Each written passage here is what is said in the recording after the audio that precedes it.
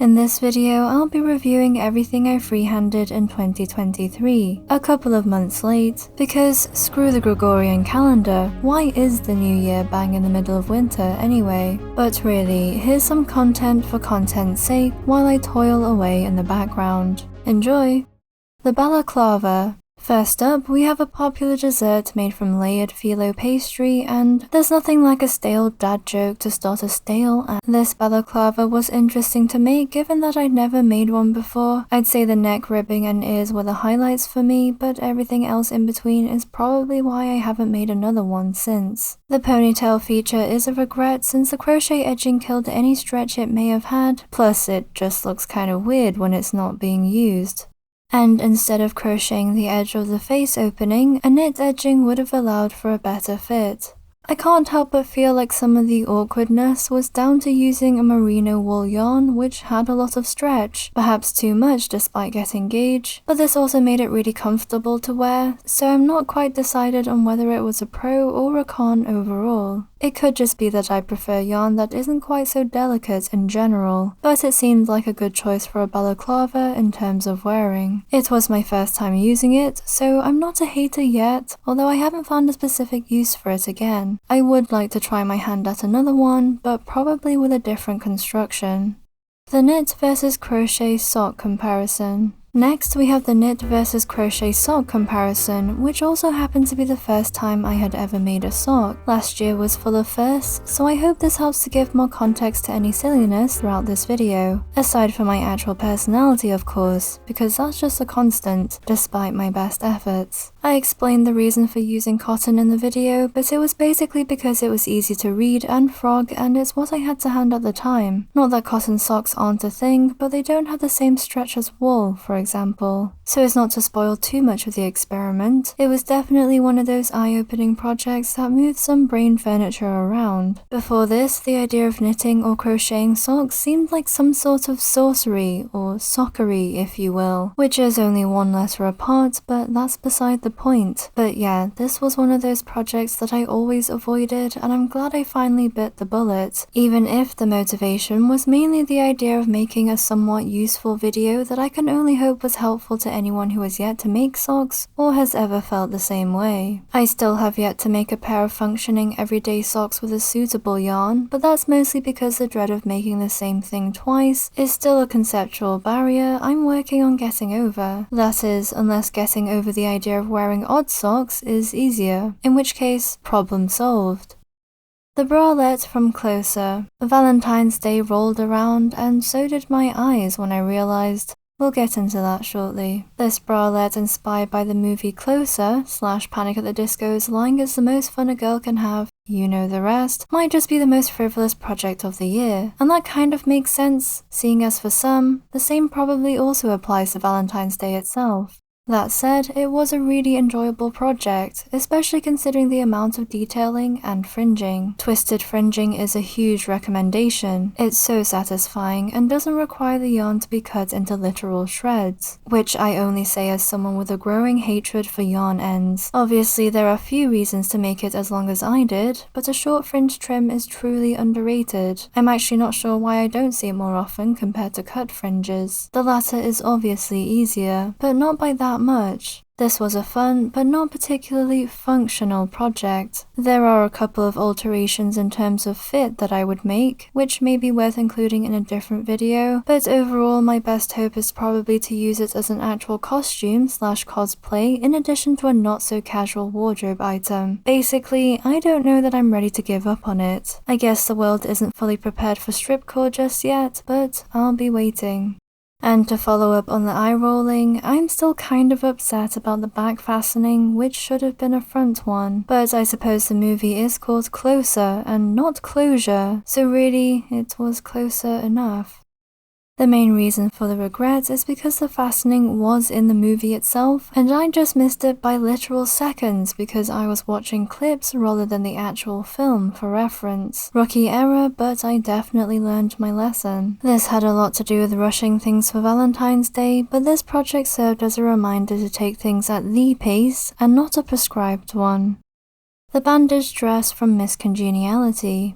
The bandage dress seems to have popped in and out of mainstream discourse over the last couple of years without ever actually making a comeback. And if I recall correctly, this project wasn't even during one of those moments. I think I foresaw how long-winded this project was going to be considering there was so much to be explored from a technical perspective, but I also wasn't expecting to carry out quite as much sampling as I ended up doing, especially since the final stitches ended up being so straightforward. This was my first venture into Tunisian crochet and I haven't picked it up again since, but that's mostly because I haven't felt the need to. It was a nice change and I personally find it somewhat more relaxing than crochet, so I would recommend trying it out to anyone who's on the fence about taking it up. Plus it kind of feels like an often overlooked love child of both knit and crochet, so maybe it could even be a nice transitional buffer for any crocheters looking to learn knitting. Although I'm not sure if it would work the same the other way around. I really like how the dress turned out. The weight of the fabric is exactly what I wanted, if not better, and the tension gives a type of fit that I rarely ever get with other crochet techniques. A similar fabric with knitting would also just take so much longer to create, and I would know because I tried. In terms of regrets, I'd say the main one is the zipper. I initially wanted to use a concealed one but couldn't find the right length and color combination, which is becoming a real theme. So I settled for this dress zipper which sticks out pretty audaciously. It's safe to say that I'll be changing it as soon as I find a decent replacement, but all in all, I'm glad I recreated one of my dream dresses,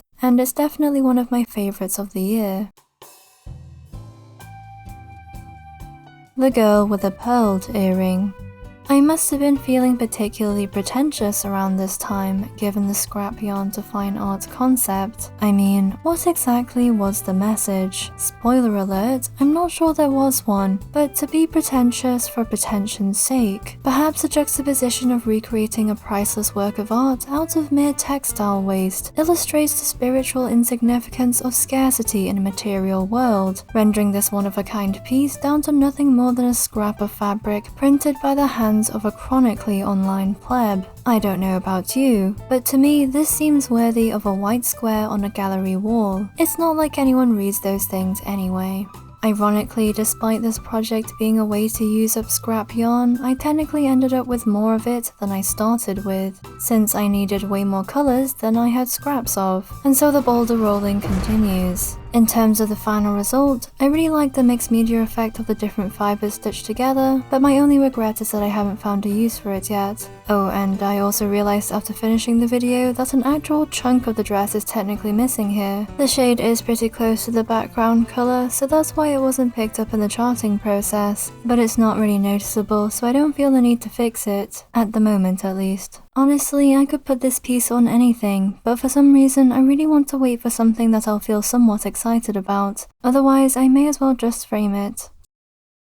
Barbie's swimsuit from 1959. Trying to be a Barbie girl last year had its ups and downs, but this interpretation of Barbie's first ever outfit was probably the closest I ended up getting. The swimsuit turned bodysuit was surprisingly wearable in the end, so this was definitely a highlight. I also found the construction to be a challenge in a good way, and the shaping at the top with the matching I-cord is by far my favorite part of it. It's only been less than a year, but looking back at some of the slapdashness has been a little painful. No doubt, this was one of the projects that really pushed me to take swatching more seriously, but at the same time, the gamble had always been part of the thrill. This swatching saga, or lack thereof, definitely helps me to question how many avoidable mistakes I'm willing to power through moving forward. And the answer in 2024 is very different to what it was in 2023, as we're all reminded of our ever-growing mortality.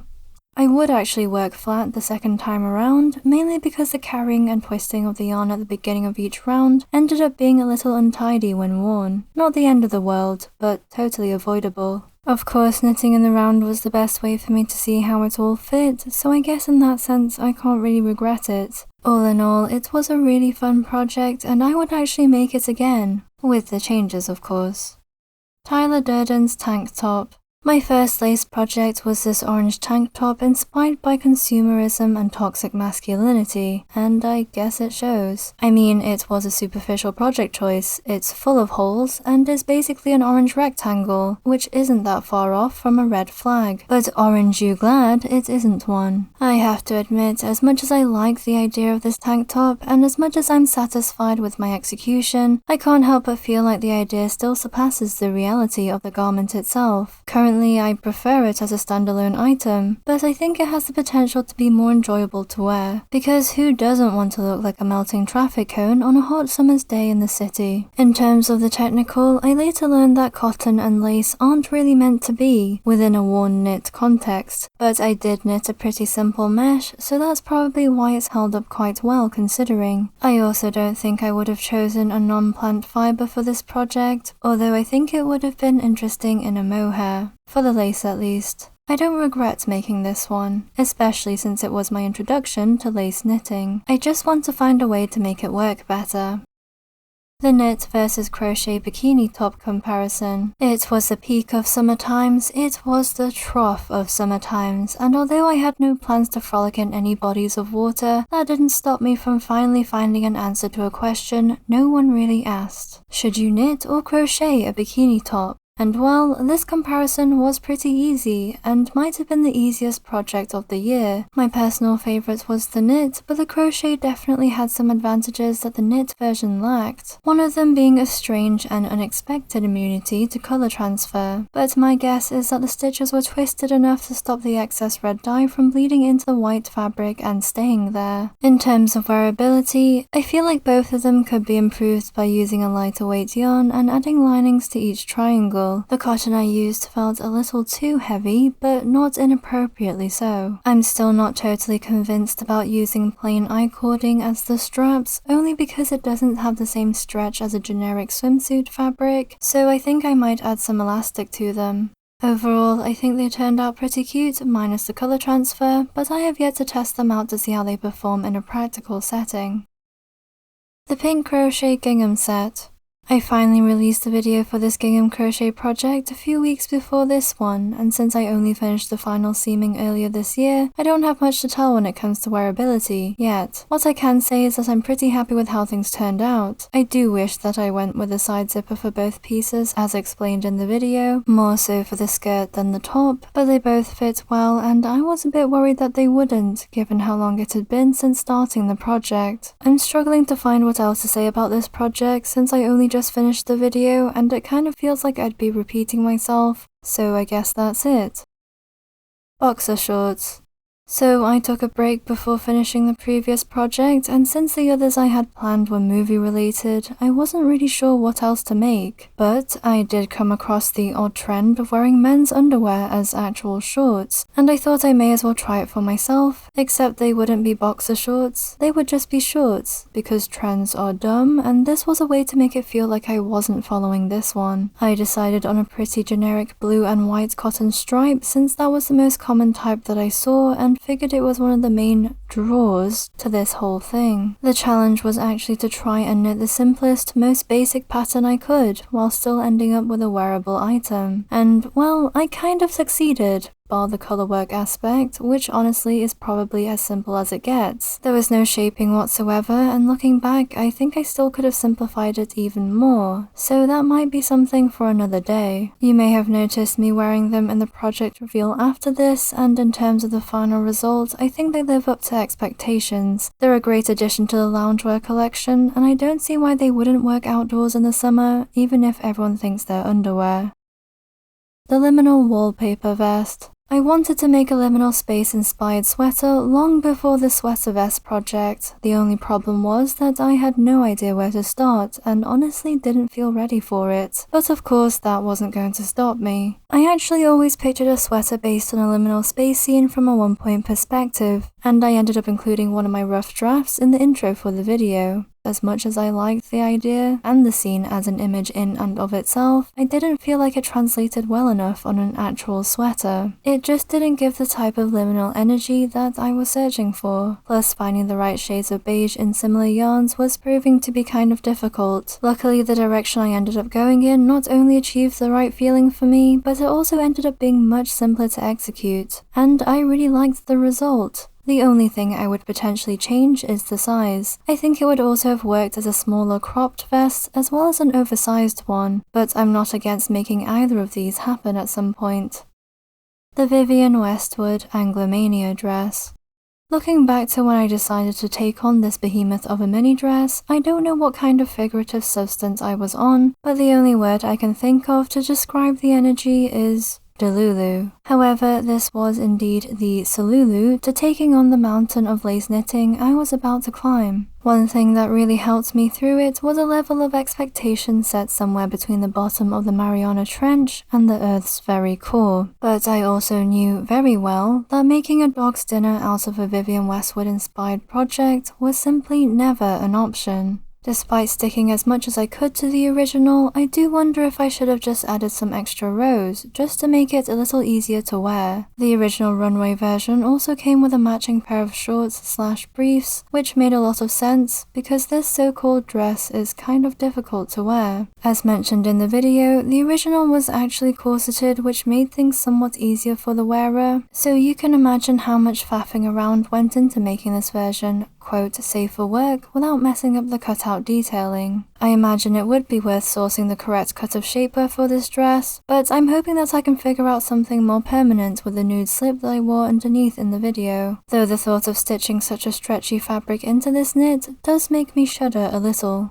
In terms of yarn joining, I would also stay away from the clasped weft joint for the more perforated stitches, since the doubled up yarn kind of stuck out, and I may have been better off using the magic knot method instead. Despite the lack of practicality of this garment, which I suppose was never really the point of it, it's safe to say that I'm incredibly pleased with the result. But the process itself played a much bigger role in how I feel about this project. What I can say is that the person I was before this dress was different to the one after its completion, which, as cliche as it sounds, is just the best way I can think to describe it. I really want to say a huge thank you for watching this one and for sharing what you thought about it. As they always are, your comments were incredibly kind, helpful, and super encouraging. I still feel a little overwhelmed in a good way, but most of all, incredibly fortunate.